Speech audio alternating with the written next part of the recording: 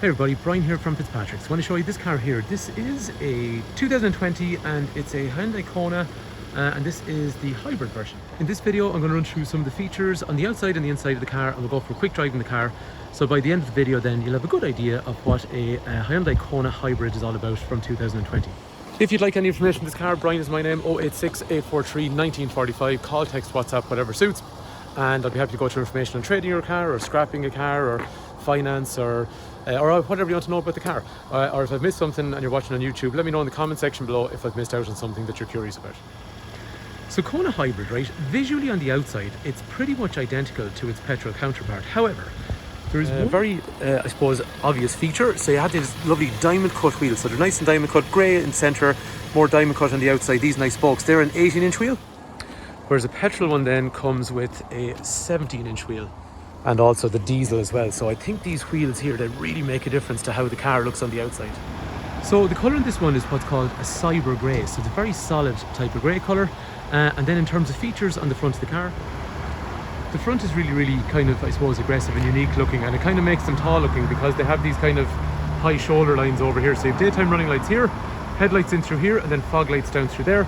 And then as you can see when you're looking at the car, you also get a nice bit of brushed aluminium along the bottom, nice chrome surround around the grille, but there's lots going on the front. I think the grey colours look really well on Konas, and the reason being they have this kind of dark grey cladding all the way around, but it doesn't really stand out as much on the grey cars because I suppose there's less contrast. So it makes it almost look more colour coded, even though I know it's not. But it's a little bit more kind of, what's the word I'm looking for? It's just kind of more coordinated looking, I think is what I'm trying to say. Along here, some brushed aluminium down along through the bottom. Door handles are all colour coded. The windows on the rear are a dark privacy tint. The car then will have roof rails up high, which are black, which kind of matches the black that you'll see on the car already. And then round to the rear of the car, parking sensors are going to be back here. We will have things like what's the word I'm looking for, reverse camera and stuff as well. There's a nice high mounted spoiler up through here. The lights have a nice kind of complex shape, so different shapes within them. But for me, on these, I know it sounds stupid, but that's just me.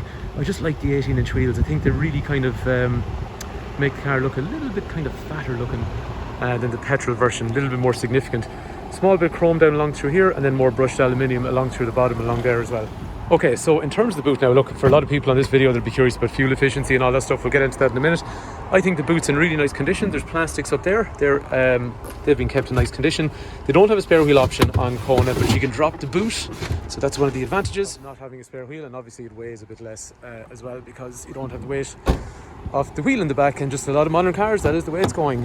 In terms of over through here, so 3 head restraints, 3 3-point safety belts. It's like a two-tone sort of grey colour. Floors and seats, they look to be in nice condition. There is kangaroo storage in there. See the way they're there, so there's two kind of indented areas there to give you more knee room. For somebody sitting in the back of this car at 6 foot, if I sit behind myself, that's the headroom I have, and then that's the legroom I have as well. And like I was saying to you, I can push a little bit further, so they're more of a kind of a slimmer seat. Child locks over here, and also then electrics for rear windows as well. In through the front, electrics for windows and mirrors. The nice thing about these is, because we did Honda here as well, and there's more of a delay on it. So with these, you lock the car, the lights turn off, and the wing mirrors also close in as well. That is when you press the button properly, which I'm not able to do for some reason. Find wing mirrors gone in, and then open back out, lights come back on, wing mirrors come back out. This car has a warranty until 2025 when it comes to the car, but the battery has a warranty until 2028 or 160,000 kilometers. So what do we see down here? Storage. The seat that I'm in is height adjustable, and then I've got lumbar support then for my lower back as well. Drinks holders up through here, automatic handbrake with auto hold, so the car won't roll backwards or roll forwards. So when you use the brake, when you let off the brake, the car doesn't move until you tap the accelerator. Just for people that are not familiar with the hybrid, to start it, foot on the brake, turn the key. That's pretty much it. We're not getting any noise. The engine hasn't kicked in. Well, actually it has. Okay, just as I say it has. Sometimes the engine won't kick in. It depends on the battery. But this is the way we know the car is ready to go. So you have this little green symbol, which means we can go forwards, let off, and the car naturally moves forward and brake. Or similarly then to reverse. I go into reverse, I get the camera and the sensors we talked about. and all I did was just let off the brake and the car starts moving.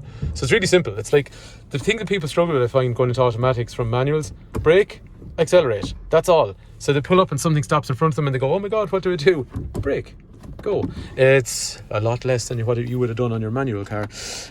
Heated seat for the passenger and for the driver. Wireless charging pad, so I can leave my phone there and it'll charge. USB connector, second USB connector. This one does data for Apple CarPlay and Android Auto. This one just does charging, 12 volt outlet. The dash and all that kind of stuff along here, nice condition actually. So speed up or slow down the fan. We've now gone into an EV mode in through here, so we can see the car says EV, which means we're operating an EV. If you want, you can go into this mode here, hybrid, and then you can press that and it tells you exactly what the car is doing. And at the moment it's not using any power. That's for your radio, that's also for phone, that's also for maps, for Apple CarPlay and Android Auto. When we go for a drive, maybe I'll leave it on this consumption monitor here. The car is a combined about 140 brake horsepower when you drive it. It's a 1.6 petrol engine, and then it also has a hybrid battery as well. Down here there is auto lights, so they come on at night time themselves and turn off, and there's daytime running lights obviously. Controls for wipers, cruise control, trip information to change average speed, fuel efficiencies, tire pressures, all that kind of stuff, and then Bluetooth or radio controls over through here. That steering wheel is rake reach, so it goes in and out and it goes up and down. Anyway, let's go for a drive. A couple of things I find with driving: obviously it's nice and high off the ground, and that's why people like them. They have an elevated driving position. The engine, like we said, is a 1.6 petrol engine, and it has a 1.56 kilowatt hour battery, so together they make 140 horsepower. It's nice because it's automatic. I mean, automatic cars are just nice to drive in general anyway. But you'll see here it's moving in and out of EV mode. So the little green kind of symbol comes and goes, and you can see on the screen to the left while we're driving as well. So you can see there it's gone out of EV mode now because we're going up a hill, so it needs assistance from both power sources, and we can see that on the screen here in the centre. And it'll continuously do that, and you will never really know what mode it's in unless you're physically watching. But one thing I find on these, you see, we're going back into EV because now we're going on a flat surface, so it'll keep toggling between them. I have driven the diesel version of these, and I've driven this petrol hybrid, and I am pretty much at a point where I find them identical over different types of driving. I have a long drive home with various different speeds, and I find the cars to be identical.